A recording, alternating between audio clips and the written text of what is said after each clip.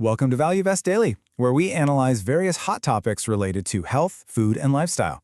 Okay, let's just dive right in. We all kind of face the same dilemma, don't we? We love our carbs, the pasta, the rice, the potatoes, but we're constantly hearing about blood sugar spikes and what they do to our health. It really feels like you have to choose between enjoying your food and being healthy. But what if that's a totally false choice? You know exactly what I'm talking about, right? You have a delicious meal, and then an hour later, bam, you hit a wall. That sudden energy slump.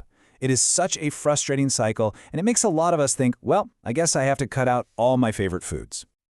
Well, the science we're going to dig into today suggests a pretty radical new approach. It's not about restriction at all. It's actually about a simple transformation, one that happens right in your own kitchen. It's about turning those everyday staples into, believe it or not, metabolic powerhouses.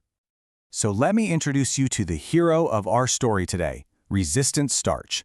Now, unlike regular starch that your body breaks down into sugar super fast, this stuff, well, it's tough.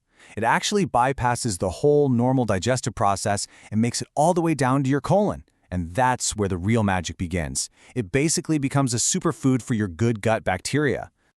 Now, resistant starch isn't just one single thing. It actually comes in 5 different types, found in everything from seeds to certain food additives. But the one we're going to zero in on today, the one you can easily create right at home, is type 3.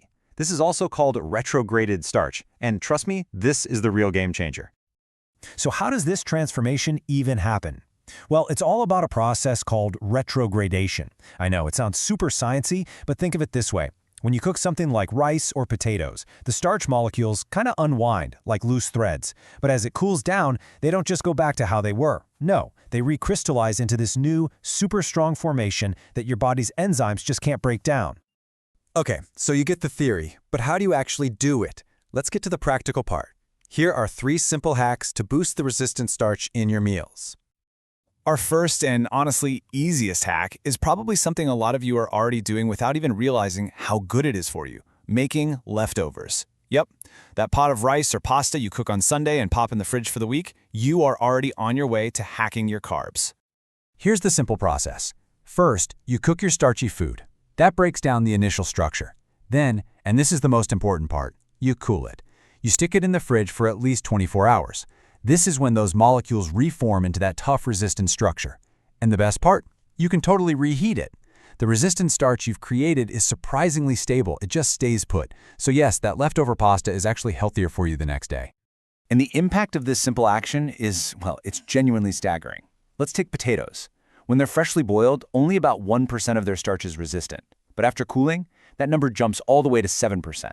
And we see a similar thing with rice, where studies show cooling can more than double its resistant starch. This isn't some tiny little tweak. It's a fundamental nutritional transformation of your food. Okay, ready to level up? If you really want to maximize your resistant starch, the freezer is your new best friend. This is the next step up from just putting things in the fridge.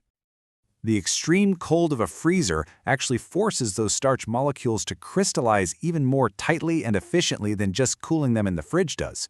You can think of it as putting that retrogradation process into overdrive. So just how powerful is freezing? Get this. One study took wheat flour and put it through 7 freeze-thaw cycles. The result was a stunning 7-fold increase in its resistant starch content. That's incredible. It's really a testament to how much we can change our food's properties with just simple temperature shifts. All right, our final hack moves from temperature to biology. We're going to talk about bread. See, not all bread is created equal when it comes to resistant starch, and the secret really lies in sourdough.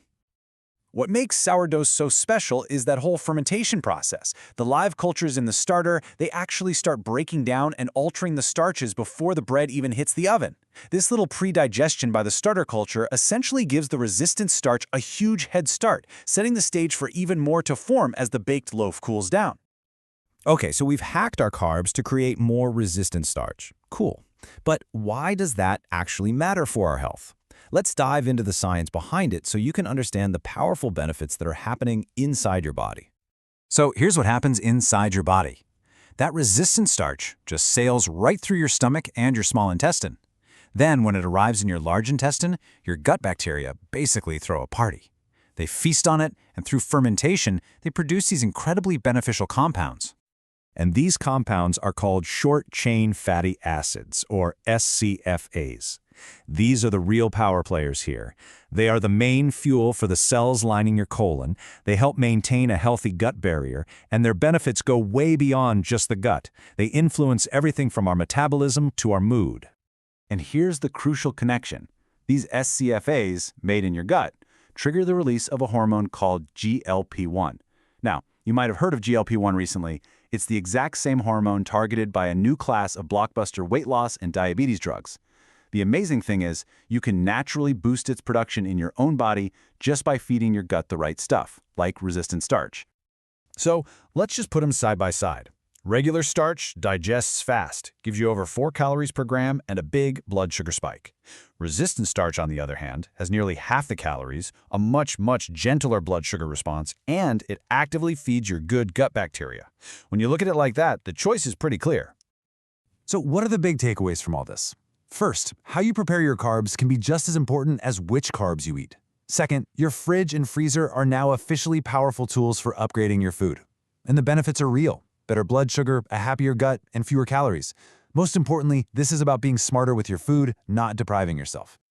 Now, it is really important for us to say that this information is for educational purposes. We are not giving you medical advice. If you have any health conditions or you're thinking of making major changes to your diet, please consult with a healthcare professional first. So, I want to leave you with this final thought. We are so often told that health is about what we need to cut out and what we need to restrict. But this science really offers a different perspective.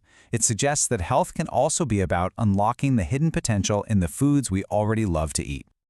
If you found this explainer useful, please subscribe, like, and share Value Vest Daily to help us share life-changing topics covering your health and happiness. And hey, one more thing. If there's a specific topic you want us to deep dive into, let us know down in the comments. Thanks for watching.